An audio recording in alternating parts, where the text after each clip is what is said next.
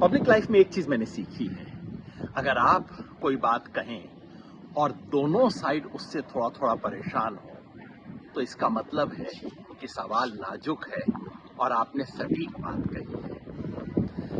यही इस बार हुआ। जब से मैंने कल रात को लोकसभा चुनाव के आकलन 5वें फेज के बाद अपना फाइनल आकलन पेश किया एक वीडियो में, तब से प्रतिक्रिया देखने के बाद से मुझे लगा कि भाई तीर सही निशाने पे लगा है।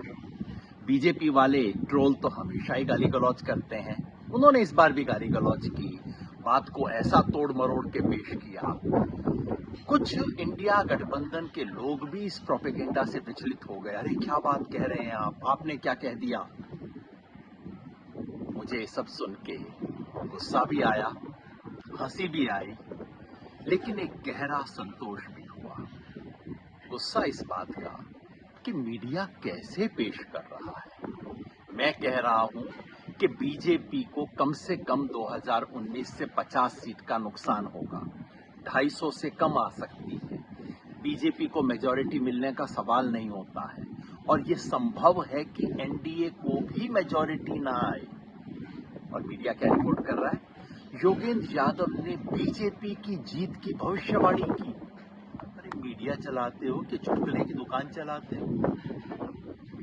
हंसी इस बात की आई कि बीजेपी के दरबारियों को और उनका समर्थन करने वालों को योगेंद्र यादव का कंधा चाहिए अपनी बात की विश्वसनीयता बनाने के लिए। शुक्रिया कहने का मन किया, लेकिन एक गहरा संतोष इस बात का हुआ कि आखिर ये बहस उस बिंदु पे आ गई जहां पिछले 1.5 महीने से मैं इसे लाना चाह रहा था।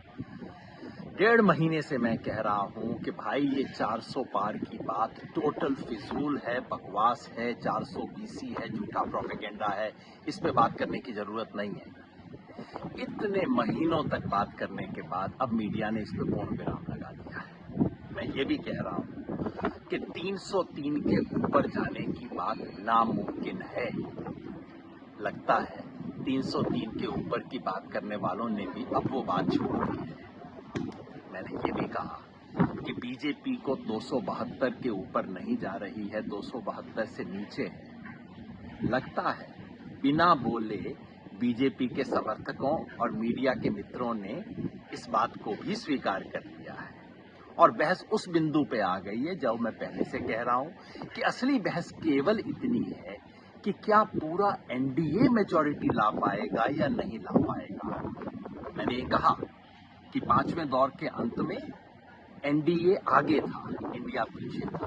मैंने ये भी कहा कि यह संभव है अगर ये स्थिति और चलती रही, जो खबर हरियाणा से, दिल्ली से, पूर्वी उत्तर प्रदेश और पश्चिमी बिहार से मिल रही है, अगर वो चलती रही तो ये भी संभव है कि इंडिया ऊपर हो जाए और एनडीए नीचे हो जाए। मतलब ये चुनाव पलट चुका है। ये सरकारी और दरबारी मीडिया के प्रोपेगेंडा से सावधान। बस देखते रहिए खेल चुनाव का और खेल मीडिया का।